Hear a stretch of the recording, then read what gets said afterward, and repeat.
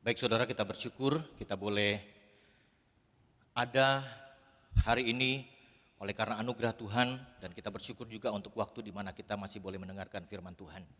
Kita berdoa. Bapa di dalam surga, berkati kami semua yang berada di rumah kami masing-masing, di tempat kami masing-masing. Tuhan tetap memberikan kami juga konsentrasi yang baik, dan biarlah kami juga bisa mengalami Tuhan di saat kami boleh beribadah walaupun secara online ini. Berkati hamba-Mu juga di dalam menyampaikannya. Terima kasih Tuhan, kami akan menyambut firman Tuhan dengan ucapan syukur dalam nama Tuhan Yesus. Amin. Silakan duduk saudara. Baik.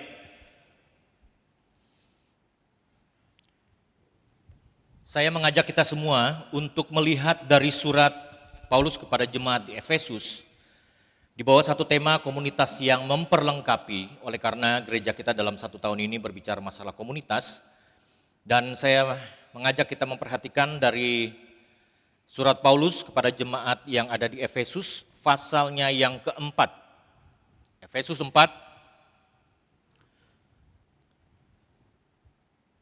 ayatnya yang ke-11. Saya akan membacakan untuk kita semua dan kita bisa menyimaknya. Efesus 4 ayat yang ke-11, dan ialah yang memberikan baik rasul-rasul maupun nabi-nabi, baik pemberita-pemberita Injil maupun gembala-gembala dan pengajar-pengajar, untuk memperlengkapi orang-orang kudus bagi pekerjaan pelayanan, bagi pembangunan tubuh Kristus, sampai kita semua telah mencapai kesatuan iman dan pengetahuan yang benar tentang anak Allah, kedewasaan penuh dan tingkat pertumbuhan yang sesuai dengan kepenuhan Kristus. Sehingga kita bukan lagi anak-anak yang diombang-ambingkan oleh rupa-rupa angin pengajaran dan permainan palsu manusia dalam kelicikan mereka yang menyesatkan, tetapi dengan teguh berpegang kepada kebenaran di dalam kasih kita, bertumbuh di dalam segala hal ke arah Dia, Kristus yang adalah kepala. Yang berbahagia mereka yang bukan saja membaca, namun yang merenungkannya serta melakukan dalam kehidupan sehari-hari. Saudara-saudara, di dunia ini ada beberapa orang yang terkenal sebagai arsitek yang sangat baik dalam pembangunan beberapa gedung di dunia. Salah satunya Frank Lloyd Wright, asal Amerika. Dia terkenal dengan gaya bangunan yang dia bangun dengan gaya modern. Dia seorang arsitek yang seluruh dunia sangat mengetahuinya. Dari 1000 gambar yang ada 500 yang sudah terbangun. Dan ini sangat dikenal. Kalau kita berangkat di Indonesia, ya, Indonesia ada beberapa, termasuk YB Mangunwijaya. YB Mangunwijaya adalah arsitek juga modern yang menciptakan banyak karya. Dia juga seorang sastrawan. Dia membangun beberapa gereja. Dan yang terkenal memang pada saat dia membangun pemukiman di Kali Codek di daerah Jogja, ya. Dan ini sangat mengangkat nama dia sebagai seorang arsitek yang baik. Setelah saya melihat dalam urutan-urutan arsitek terkenal di Indonesia, rupanya Pak Ridwan Kamil juga gubernur yang ada, dia juga salah satunya yang termasuk arsitek terkenal. Dan Bapak Insinyur Soekarno, ya, ini luar biasa. Saudara-saudara, saya melihat begini, seorang arsitek, dia tidak akan mungkin bisa bekerja sendirian. Dia membutuhkan orang-orang yang ada di dalamnya, termasuk buruh kasar, orang yang bisa menyemen dengan baik, orang yang bisa mengecat dengan baik, begitu ya. Orang yang bisa mengatur instalasi listrik dengan baik, ya, orang sipilnya. Orang yang bisa mengatur drainasenya juga dengan baik. Dia tidak bekerja sendirian. Tapi kalau seandainya pembangunan itu berhasil,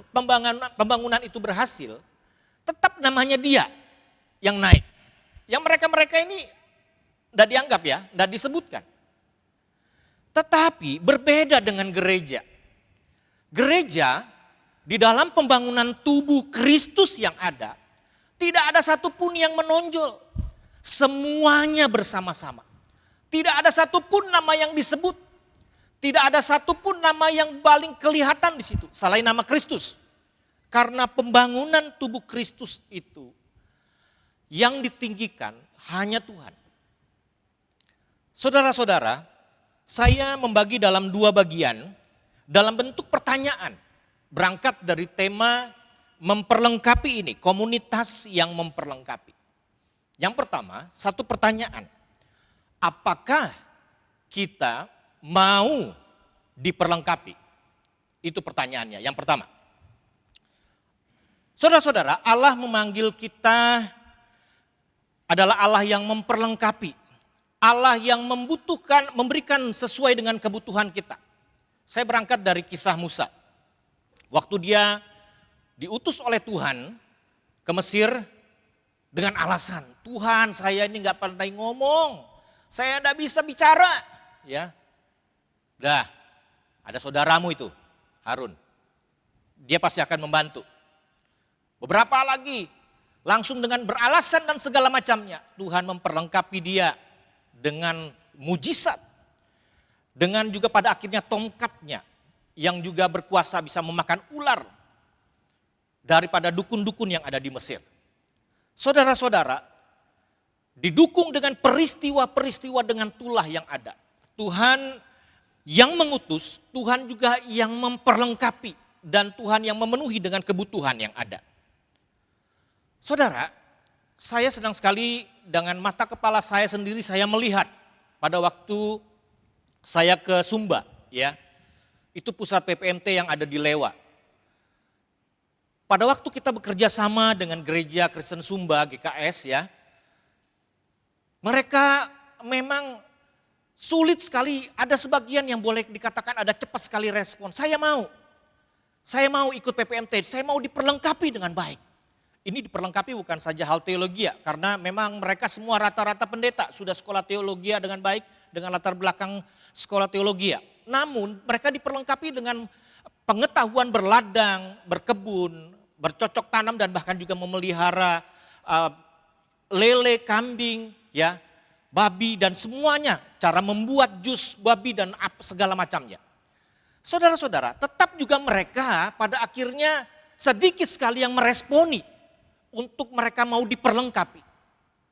Dengan alasan segala banyak macam dia bilang, wah kelamaan waktunya, ya 40 hari. Ya memang saya dengar pada akhirnya sekarang PPMT sudah memotong harinya supaya tidak kelamaan. Oleh karena mereka seorang aktivis-aktivis yang ada di gereja yang betul-betul harus memperhatikan jemaat. Saudara-saudara, sedikit pun orang yang mau diperlengkapi. Ya, sedikit sekali orang yang mau merespon akan hal ini. Dalam proses PPMT pengrekrutan orang-orang seperti inilah yang menjadi satu pergumulan. Ya, padahal free sama sekali. Mereka cuma duduk diam, makan, tidur di situ. Mereka diperlengkapi dengan baik. Saudara-saudara, saya tahu sekali proyek PPMT ini tidak ada untungnya sama sekali. Tetapi betul-betul murni untuk memberkati, untuk memperlengkapi. Saudara-saudara, gereja kita, saya melihat bidang pembinaan ini cukup sering sekali memberikan pembinaan-pembinaan. Tapi toh yang mengikuti juga tetap sedikit. Waktu belum pandemi dengan pakai pendaftaran dengan segala macamnya. Ini terlihat ada orang-orang yang tidak mau diperlengkapi. Oke lah, sibuk dengan pekerjaan, capek sampai di rumah. Nah sekarang nih pandemi. Kita bisa di rumah saja, kita bisa mendengarkan. Habis makan, ya oke lah kalau kita malu, kita pakai pakaian santai, tutup aja kamera. Sekarang nih kondisinya seperti itu. Apakah kita masih mau beralasan lagi? Sekarang saudara-saudara, mungkin bisa saja saya sudah pernah dengar seminar itu. Ya enggak apa-apa, kamu bisa diperlengkapi lagi dengan baik. Ya, dengan segala macam apapun, paling tidak kita bisa diperlengkapi melalui pembinaan-pembinaan yang ada. Gereja kita juga memanggil orang-orang yang memang berkompeten dalam hal itu. Saudara-saudara, dalam teks ini coba kita perhatikan. yang kita baca. Di situ ada rasul, nabi, dan gembala. Ini adalah orang-orang yang memang mempunyai panggilan khusus, ya. Di dalam gereja ini adalah orang yang memiliki panggilan khusus dan paling tidak dia memiliki latar belakang teologi. Tapi beberapa penafsir mengatakan di sini diarahkan kepada pemberita Injil dan pengajar. Kalau pemberita Injil dan pengajar ini sudah mengarah kepada kita semua jemaat, bahwa pada saat kita percaya kepada Kristus, kita berhak untuk memberitakan Injil. Pengajar ini mengarahkan kepada jemaat Tuhan yang juga mempunyai sekolah khusus dan punya talenta khusus, karunia khusus untuk bisa membagikan kepada yang lain. Perhatikan di sini ya, rasul, nabi, dan gembala orang yang mempunyai panggilan khusus akan hal ini. Namun pemberita Injil dan pengajar ini bisa siapa saja. Saudara-saudara, kita pada waktu kita memiliki talenta dan juga satu karunia khusus, kita paling tidak bisa memperlengkapi orang lain. Supaya pada akhirnya pelayanan itu dalam pembangunan tubuh Kristus itu bisa bersama-sama bertumbuh, berkembang. Kita kadang-kadang cenderung lebih sombong.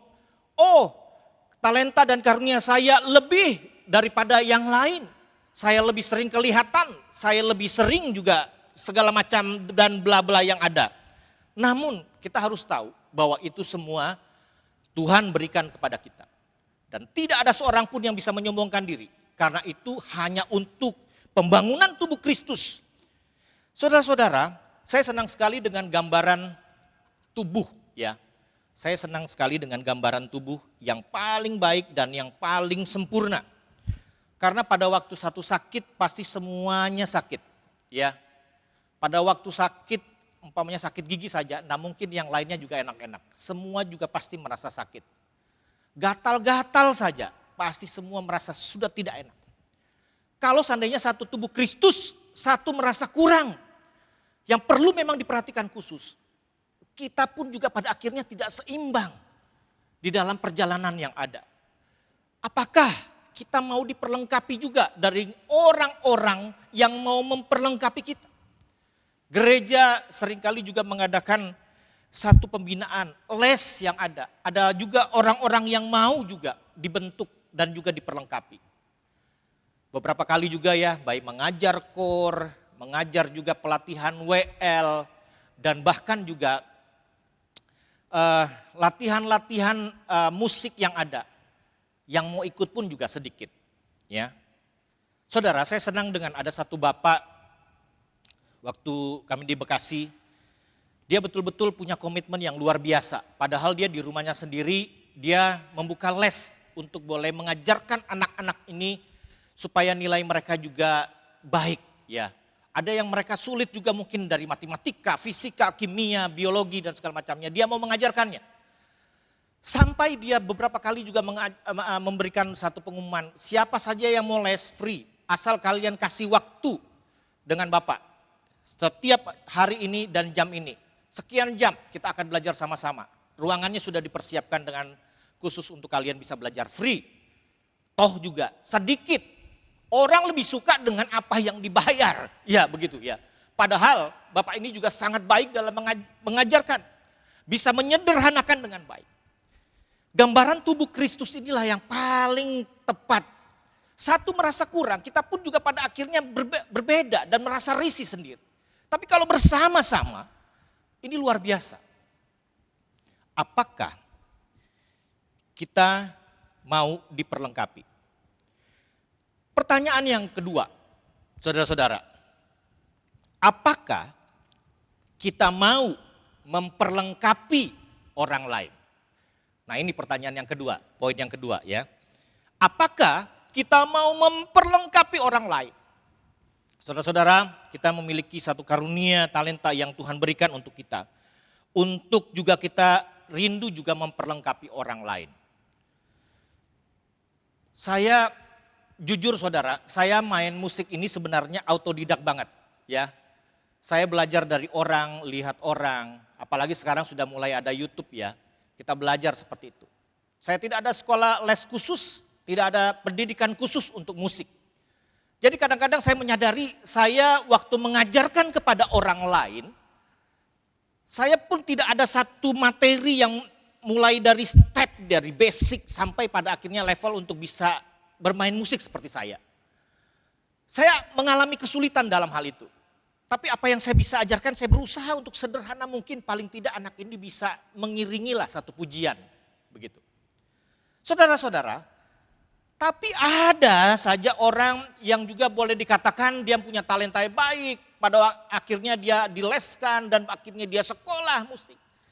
Tapi pada waktu dia dimintain bantu untuk bisa boleh membagikan, boleh memperlengkapi orang lain, muncul istilah wani piro, ya, hitung-hitungan, mulai hitung-hitungan. Saudara-saudara, harus kita ketahui bahwa kelebihan apa yang kita miliki itu semuanya asalnya daripada Tuhan. Adakah beban di hatimu? Adakah kalian juga mau menolong di dalam tubuh Kristus untuk sama-sama memperlengkapi orang-orang yang paling tidak mereka bisa bertumbuh bersama-sama, berkembang bersama-sama?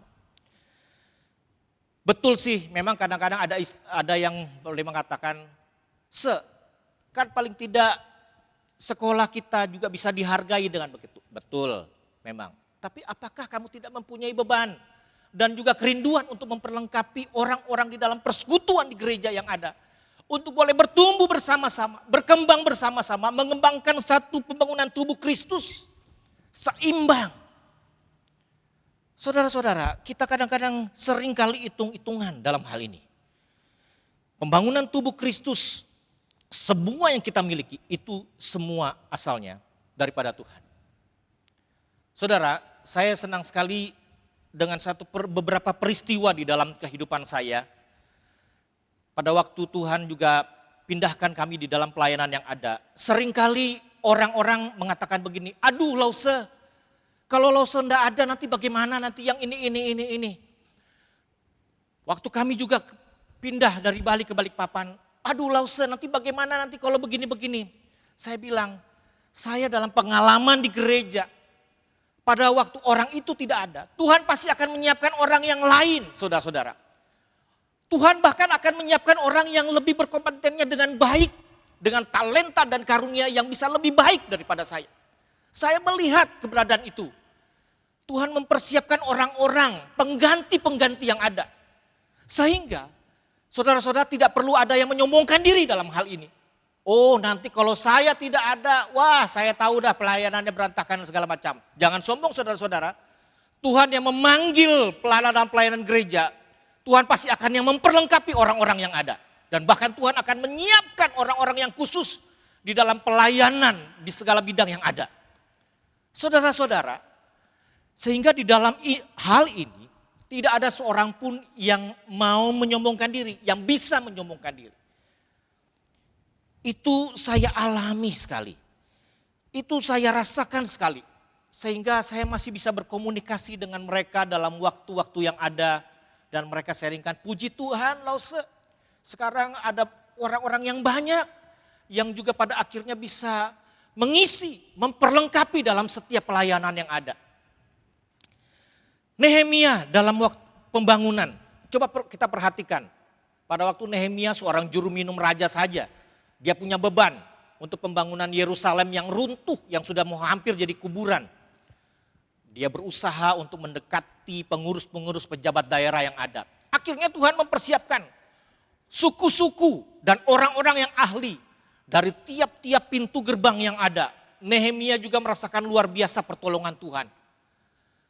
Ada orang yang bisa ahli besi, ya, ahli besi, pintu-pintu besi dikerjakan oleh orang-orang yang khusus.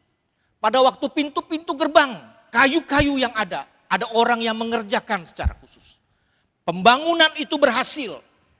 Dan pada akhirnya pembangunan itu diadakan satu ucapan syukur. Ada paduan suara yang luar biasa dipersiapkan. Acara penabisan yang boleh dikatakan Tuhan hadir di tengah-tengahnya. Salomo, kalau kita lihat di dalam raja-raja, itu juga luar biasa saudara-saudara. Intinya untuk kemuliaan Tuhan. Dia membangun satu bangunan bait suci dan juga ada ruangan-ruangan khusus. Orang yang ahli kayu sudah dipersiapkan orangnya. Sampai orang yang juga menguasai dalam hal emas. ada kertas emas, dinding emas. Sampai Tuhan berkata kepada Salomo, saya akan memberkati engkau selama engkau masih tetap taat. Tapi kalau bila engkau menjauh dariku, ada hal-hal yang pada akhirnya aku meninggalkan engkau. Pembangunan itu sangat baik. Pembangunan bait suci oleh Salomo. Dia mempersiapkan juga orang-orang yang khusus. Saudara-saudara, kalau berbicara masalah gereja, pembangunan gereja, saya yakin orang-orang tertentu yang juga pada akhirnya Tuhan persiapkan untuk mengatur. Dan ini secara persekutuan, jangan terlalu khawatir. Tuhan pasti akan mempersiapkan orang-orang yang tepat juga. Tuhan letakkan di tempat-tempat di mana kita bisa diperlengkapi oleh orang itu. Orang itu bisa menjadi berkat. Dan sekarang apakah kita punya beban? Apakah kita punya kerinduan untuk memperlengkapi orang-orang ini? Saudara, pelayanan itu sifatnya mempersatukan. Ya, pelayanan itu sifatnya mempersatukan. Apalagi kalau seandainya di dalam pelayanan bersama-sama ada kegiatan dari gereja, pelayanan diakonia, pengobatan gratis ataupun pembagian sembako. Ini juga pada akhirnya pelayanan-pelayanan seperti ini mempersatukan. Ya, mempersatukan seluruh jemaat yang rindu terbeban untuk boleh bersama-sama. Kalau kegiatan-kegiatan yang ada kita betul-betul mau terlibat dan juga melayani, memperlengkapi orang. Ada beberapa penafsir juga yang mengatakan begini. Dan juga hamba Tuhan, kalau kita sibuk pelayanan, kita pasti ya tidak banyak memiliki kesempatan untuk mencari kesalahan orang lain. Tapi kalau kita sedikit pelayanan, nah itu iblis bisa pakai untuk pada akhirnya banyak sekali kesempatan kita untuk mencari kesalahan orang lain. Saudara-saudara, coba kita renungkan. Saya juga melihat dalam beberapa waktu yang ada, terkadang mungkin di saat kita tidak melayani, kita tidak disibukkan dengan pelayanan yang ada. Iblis bisa masuk untuk pada akhirnya kita jatuh di dalam mencari kelemahan orang lain. Menghakimi orang lain. Dengan kesibukan-kesibukan yang ada, itu boleh terus juga memberikan kita konsentrasi yang baik. Mengarahkan hati dan pikiran kita untuk kemuliaan Tuhan. Satu yang saya tekankan di sini, perhatikan di dalam firman Tuhan yang ada. Semuanya itu adalah untuk membangun tubuh Kristus. Pada waktu kita bisa mau diperlengkapi dan mau memperlengkapi, itu semua untuk pembangunan tubuh Kristus. Yang pada akhirnya mengarah kepada kedewasaan penuh, keserupaan dengan Kristus. Saudara-saudara, saya ingin melalui perenungan kita pada pagi hari ini, boleh sungguh-sungguh mengajarkan kita untuk kita boleh siap diperlengkapi. Kelas-kelas pembinaan, bahkan seringkali kita juga men-sharekan ya beberapa juminar untuk bisa kita diperlengkapi dengan baik. Kita paling tidak melihatlah, oh ini baik sekali nih, bagus juga nih. Ya, kita masuk di dalamnya untuk itu. Sehingga konsentrasi hamba Tuhan untuk memupuk dan membina, memperlengkapi secara rohani tidak satu sisi saja, tetapi ada hal-hal lain yang juga pada akhirnya kita semakin diperlengkapi untuk pembangunan tubuh Kristus. Saudara-saudara, yang terpenting juga saya menantang kita semua jemaat yang ada di tempat kita masing-masing. Kalian mempunyai talenta khusus, karunia khusus yang bisa kalian juga bisa bagikan kepada jemaat untuk pada akhirnya jemaat bisa diperlengkapi dengan baik, dengan pelayanan-pelayanan yang saling mengisi. Malah saat-saat ini saudara-saudara, di masa-masa pandemi ini malah kita lesu, meninggalkan pelayanan. Dan semakin saja berkurang, banyak orang yang menolak pelayanan yang ada. Saudara-saudara, ini menjadi satu tantangan bagi kita. Satu perenungan bagi kita. Firman Tuhan pada waktu kita bergabung bersama-sama juga dengan sinode pada waktu itu. Di dalam kesulitan ini apakah kita masih bisa berbuah? Apakah kita masih bisa bertumbuh di dalam masa sulit ini? Ataukah kita hanya bisa diam saja pasrah? Saudara-saudara, di saat inilah paling tidak kita bisa berbuah, memberikan buah, bisa menjadi berkat bagi orang lain. Dalam persekutuan kita yang ada, Saya ingin saudara-saudara merenungkan dengan baik. Ada sesuatu yang kita bisa berikan. Ada sesuatu yang kita bisa ajarkan untuk memperlengkapi jemaat kita. Memperlengkapi jemaat kita untuk bisa sama-sama membangun tubuh Kristus. Biarlah firman Tuhan ini boleh menjadi berkat untuk kita semua. Menjadi satu perenungan, evaluasi bagi kita semua. Mari kita berdoa. Bapa di dalam surga, terima kasih. Kami bersyukur. Biarlah Tuhan memberkati kami. Firman Tuhan ini sampai di sini, tetapi kami yakin Tuhan terus berbicara di dalam hati dan pikiran kami untuk mengevaluasi kami. Semakin terbeban dan mengasihi jemaat-jemaat kami yang sungguh membutuhkan pertolongan dalam hal memperlengkapi mereka semua di dalam pelayanan yang ada. Tuhan Yesus tolong kami, berkati kami. Terpujilah namamu, di dalam nama Tuhan Yesus kami sudah berdoa dan kami bersyukur. Amin.